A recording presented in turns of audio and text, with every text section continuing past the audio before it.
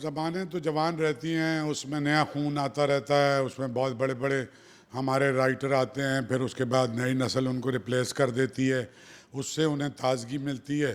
सारे उलूम का यही है।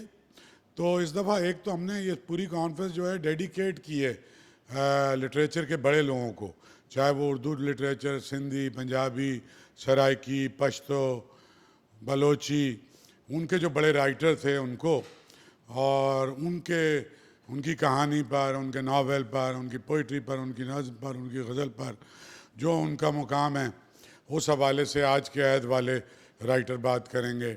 उसके अलावा हिंदुस्तान से गुलजार साहब हैं, उनका सेशन है। जावेद सिद्दीकी एक बड़े राइटर हैं, उनकी हमने खाकों की किताब छापी है।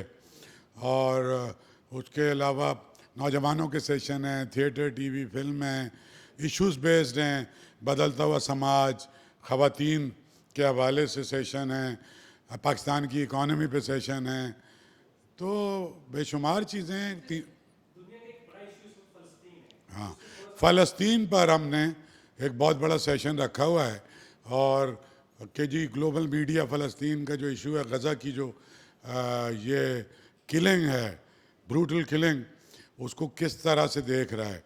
तो उसमें तो ये सारे बड़े, जितने बड़े जर्नलिस्ट हैं लोकल और इंटरनेशनल, उस पर बात कर रहे हैं।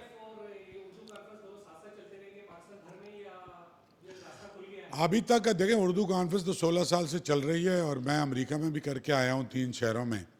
पीएलएफ एक डिफरेंट ब्रांड मैंने बनाई है और वो अभी तक कराची में हमने नहीं की है। हमने उसे लाहौर में किया है, कश्मीर में किया है, सक्खर में किया है। वो है पाकिस्तान लिटरेचर फेस्टिवल, और उसमें मैं बाहर से भी किसी को नहीं बुलाता। उसका फोकस है पाकिस्तानी अदब और पाकिस्तानी सकाफ़त, और जिस सूबे में जाते हैं तो ज़्यादा कोशिश ये करते हैं कि उनकी सकाफ़त और उनकी ज़बानों की तरवीज पे ज़्यादा करें। उर्दू चूँकि कौमी ज़बान है तो वो साथ साथ चलती है। और जिस तरह का रिस्पांस पीएलएफ को मिला है, वो तो पाकिस्तान में आज तक होने वाले कभी किसी फेस्टिवल को नहीं मिला। लेकिन उर्दू कॉन्फ्रेंस की जो ऑथेंटिसिटी है, आप समझ रहे हैं। तो अगर अहमियत के लिहाज से आप देखें तो मैंने 1.5 महीने का भी इंटरनेशनल थिएटर फेस्टिवल भी किया है, डांस फेस्टिवल, म्यूज़िक फेस्टिवल, और अभी पीएलएफ में कोई 1.5 लाख से ज़्यादा लोग थे सक्खर में। लेकिन जो इम्पोर्टेंस ऑफ उर्दू कॉन्फ्रेंस है, आज भी हमारी सबसे बड़ी ब्रांड यही है।